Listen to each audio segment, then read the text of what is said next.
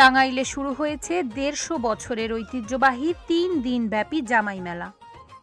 অন্তত ১৫০ বছর যাবৎ এ মেলা চলে আসছে। খাবারের দোকান, মিষ্টি জাতীয় পণ্যের দোকানের পাশাপাশি বিভিন্ন ধরনের খেলনা, প্রসাধনীর দোকানও বসেছে মেলায়। বড়দের পাশাপাশি ছোট ছেলেমেয়েরাও এই মেলায় এসেছে। এ মেলাতে আসতে পেরে খুশি দর্শনার্থীরা। এ মেলায় প্রায় ৫ শতাধিক ব্যবসায়ী এসেছেন তাদের পণ্য নিয়ে। শনিবার সকাল থেকে রসুলপুর বাসিরুন্নেসা উচ্চ বিদ্যালয় মাঠে এ মেলা শুরু হয়েছে। এ মেলায় টাঙ্গাইল ছাড়াও বিভিন্ন জেলার ব্যবসায়ীরা এসেছেন। চন্দ্রপঞ্জিকা অনুসারে প্রতিবছর ১১, ১২ ও ১৩ বৈশাখ রসুলপুরে ৩ দিন ব্যাপী এই মেলা বসে। মেলাকে কেন্দ্র করে আশেপাশের অন্তত ৩০ গ্রামের বিবাহিত মেয়েরা তাদের স্বামীকে নিয়ে বাবার বাড়ি চলে আসেন। আর মেলা উপলক্ষে জামাইকে বরণ করে নেয়ার জন্য শ্বশুর শাশুড়িরাও বেশ আগে থেকেই নানা প্রস্তুতি নেয়। ঐতিহ্য অনুযায়ী মেলার সময় শাশুড়িরা মেয়ের জামাইয়ের হাতে কিছু টাকা দেন।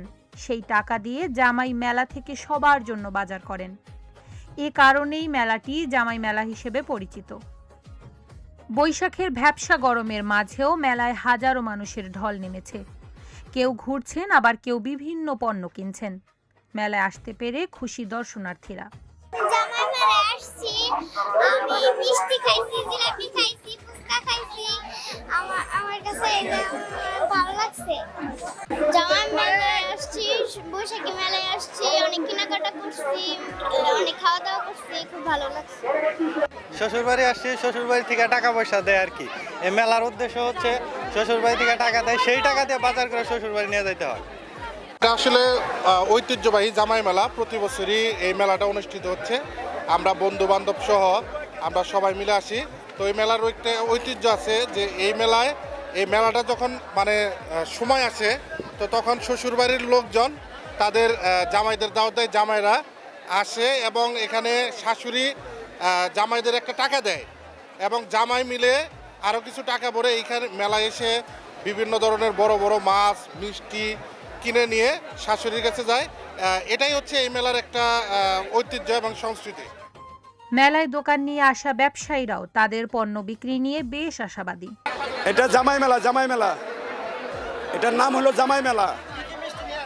আমার এখানে আছে চমচম আছে, হাসি খুশি আছে, বালিশ আছে, আবার বালিশ চমচম আছে, তারপরে রসগোল্লা, সাদা চমচম, কালো জাম, দই, মিষ্টি, রসমালাই সব আছে আমার কাছে। আয়োজক কমিটি বলছে, মেলা সফল করতে সকল ধরনের প্রস্তুতি গ্রহণ করা হয়েছে। মেলায় দেশের বিভিন্ন স্থান থেকে এসেছেন দোকানীরা। তারা খাবারের দোকান, মিষ্টি জাতীয় পণ্যের দোকানের পাশাপাশি বিভিন্ন ধরনের খেলনা, প্রসাধনীর দোকানও নিয়ে এসেছেন। এছাড়াও মেলায় একাধিক ফার্নিচারের দোকানও বসেছে। রসুলপুরের এই মেলাটি বাংলাদেশের মধ্যে অন্যতম। মেলায় 3 দিনে 2 কোটি টাকার ওপরে বাণিজ্য হয়েছে। টাঙ্গাইলের রসুলপুর জামাই মেলা, এটা আমি 16 বছর ধরে এখানে আমি দোকানদারি করি। ইনশাল্লাহ এবারও পরিস্থিতি ভালো, আগামীতেও পরিস্থিতি ভালো হয়েছে। এখন আজকে প্রথম দিন, আরও 3 দিন আছে, আল্লাহ দেখি কি করা যায় এই চিন্তা ভাবনা আছে। আমাদের ঐতিহ্যবাহী রসুলপুর জামাই মেলা, বউ মেলা এবং বৈশাখী মেলা হিসাবে এই মেলাটি পরিচিত। এটা 3 দিন ব্যাপী মেলাটি অনুষ্ঠিত হয়। এটা প্রায় 150 বছর ইতিহাস, আমরা যতটুকু জানি 150 বছরের মধ্যে এই মেলাটা চলে আসতেছে। এই মেলাটার আসলে প্রচারণা লাগে না, এর কোনো ঘোষণা লাগে না। বৈশাখের 11 তারিখ এপ্রিলের 25 তারিখ থেকে এই মেলাটা আসলে শুরু হয়। এবং দেখা যায় যে বাংলাদেশের প্রত্যন্ত অঞ্চল থেকেই, সারা বাংলাদেশের বিভিন্ন ডিস্ট্রিক্ট থেকে এই মেলায় ব্যবসা করার জন্য দোকানপাট এসে থাকে এবং সেগুলি আমাদের 1 সপ্তাহ আগে থেকে দোকানপাট এসে এখানে সমবেত হয়।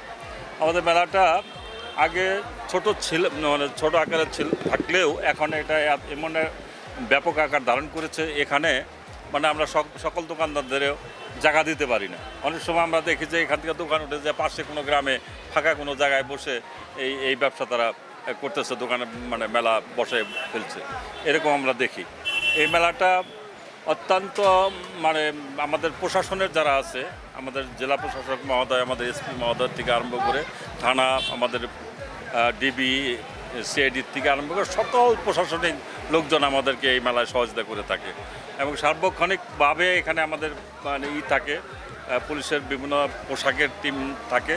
পাশাপাশি আমাদের এই রসুলপুরের আশেপাশের 4-5টি গ্রামের লোকজন এখানে ভলেন্টিয়ার হিসেবে দায়িত্ব পালন করে এবং এইখানে আমরা দীর্ঘদিন যাবত এই মেলাটা আমরা মানে আমাদের বুদ্ধি হওয়ার পর থেকে আমরা যেটা দেখে আসতেছি যে এখানে কোনো রকম বিশৃঙ্খলা, কোনো দিন কোনো অনিয়ম, কোনো মানে দুর্নীতি বা কোনো চুরি চামারি, হাইজাক এই ধরনের কোনো ঘটনায় আজ পর্যন্ত সংঘটিত হয়নি।